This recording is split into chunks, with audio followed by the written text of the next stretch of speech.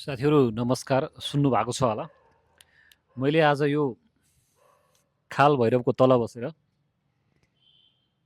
केही कुरा गर्दैछु हर्क साम्पाङको विषयमा। कृपया भिडियो लामो हुनसक्छ, सुनिदिनु होला। यो एकदमै महत्त्वपूर्ण कुरा छ, किन भन्दा धेरै साथीहरूले मलाई तैँले हर्क साम्पाङको विषयमा किन बोल्छस् भनेर भन्नुभएको छ। म उहाँहरूको एकदमै जायज क्रिटिकल पोइन्टहरूको बारेमा चाहिँ म भन्नै चाहन्छु, किन भन्दा धेरै मानिसहरूमा गलत इन्फर्मेसन छ, गलत बुझाइ छ। मेनली दुईवटा कुराहरूमा एकदमै गलत बुझाइ देखाएँ मैले। भन्नुहुन्छ हर्क साम्पाङले बोल्न जान्दैन, यस्तो उस्तो क्षुद्र बोल्छ। एउटा पोइन्ट त्यो भयो। अर्को पोइन्ट, हर्क साम्पाङले जातीय राजनीति गर्छ, जातीय हिसाबले मात्रै कनेक्ट भएका मान्छेहरू त्यहाँ छन् भन्ने कुरा। दुईवटा एकदमै महत्त्वपूर्ण पोइन्टको विषयमा म कुरा गर्न गइरहेको छु। पहिलो कुरा भयो हर्क साम्पाङले बोल्ने शब्दको विषयमा। म ब्राह्मण हुँ, मलाई एउटा कुरो के थाहा छ भने मलाई औरा के हो भन्ने कुरो थाहा छ। एउटा इनर्जी फिल्ड हुन्छ कि मान्छेको वरिपरि, धेरै साथीहरूलाई थाहा छैन होला।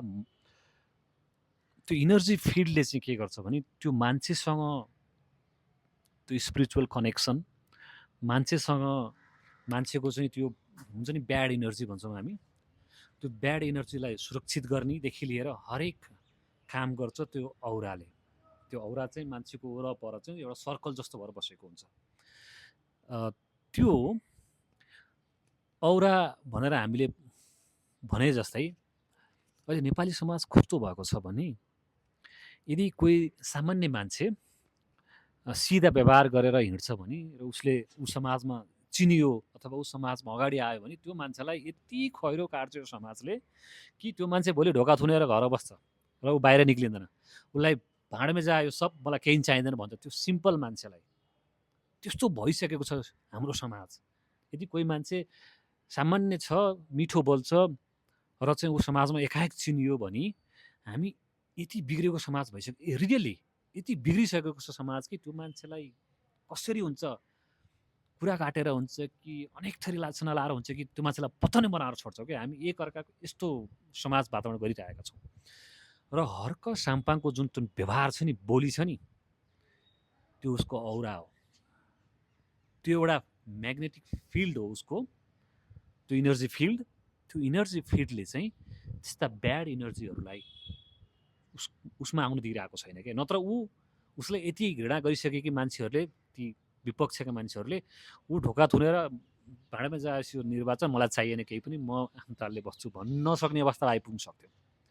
त्यो हर्क साम्पाङको व्यवहारले उसलाई एउटा इनर्जी फिल्ड पैदा गरेको छ। कसैले पनि हर्क साम्पाङको विषयमा बोल्न सक्दैन र केही भन्न सक्दैन, किनभने डराउँछन्।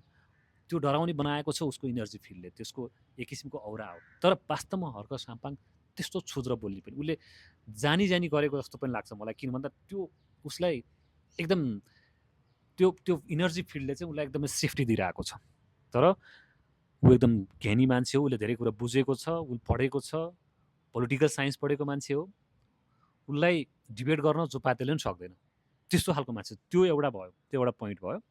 र अर्को दोस्रो पोइन्ट, मैले दोस्रो पोइन्ट चाहिँ के भन्न गइरहेको थिएँ भने उसको चाहिँ जुन जातीय कुरा छ नि, साथीहरू भन्नुहुन्छ ओ उसको त जम्मै जातीय मान्छेहरू छन्, यताका जातीय उताका जातीय भन्नुहुन्छ नि।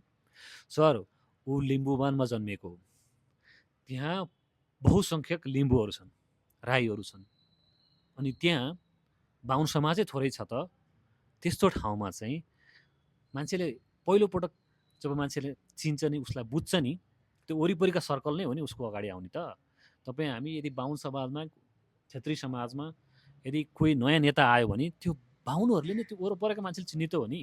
त्यो लिम्बुवानमै त्यस्तो जातीय धेरै छन् त, स्वत त्यो सपोर्ट गर्ने उनीहरू नै भयो। पश्चिमको मान्छेले, मेरो गाउँको मान्छेले त हर्क साम्पाङलाई चिन्न भ्याएकै छैनन् त, कसरी समर्थन गर्न सक्छन्? त्यो देख्न त भएन नि त। हिजो पनि त रवि लामिछानेहरूले पार्टी त खोलेका थिए त। त्यो पार्टी खोल्दाखेरि त्यहाँ राई लिम्बूहरू धेरै थिएनन् नि त, किन भन्दा रवि लामिछानेलाई राई लिम्बूहरूले चिन्न भ्याएकै थिएनन् नि के। अहिले राई लिम्बूहरूले पनि रवि लामिछानेलाई मन पराउँछन् अथवा अन्य कुनै नेताहरूलाई मन पराउँछन्। त्यसैले जुन समाजमा, जुन ठाउँमा, जुन क्षेत्रमा ऊ चिनिन थाल्यो, त्यहाँ राई लिम्बूहरू नै धेरै थिए। त्यसैले स्वतः नै उनीहरूले चिनेपछि राई लिम्बूहरू धेरै देखिने नै भयो। त्यसैले यो यो विषय चाहिँ जातीय हिसाबले चाहिँ जान सक्दैन। सुरुमा वरपरका मान्छेले चिनेपछि वरपरका मान्छेहरूले समर्थन गर्छन्। बिस्तारै चिन्दै गएपछि पूर्व पश्चिम फैलिन्छ अनि मान्छेहरूले चिन्छन् ऊ कस्तो हो भन्ने कुरो बुझ्छन् र बिस्तारै अहिले अहिले हर्क साम्पाङलाई जिताउनुपर्छ, यो मान्छे चाहिँदो रहेछ भन्ने मान्छेहरूको सङ्ख्या बढ्दो छ। त्यसमा न जातीय छन्, जातीय हिसाबले छन्, न कुनै धार्मिक आस्थाको हिसाबले छन्। सबै वर्गका, सबै क्षेत्रका मान्छेहरू बिस्तारै जोडिँदै गइरहेका छन्। त्यो प्र्याक्टिकली रूपमा देखिसकिएको छ भने यसलाई चाहिँ अब हामीले चाहिँ विरोधमाथि विरोध गर्न जति नि सकिन्छ। तर हामीले हेर्न पर्ने भनेको यथार्थ हो र यथार्थ अब छिट्टै कति दिन छ र।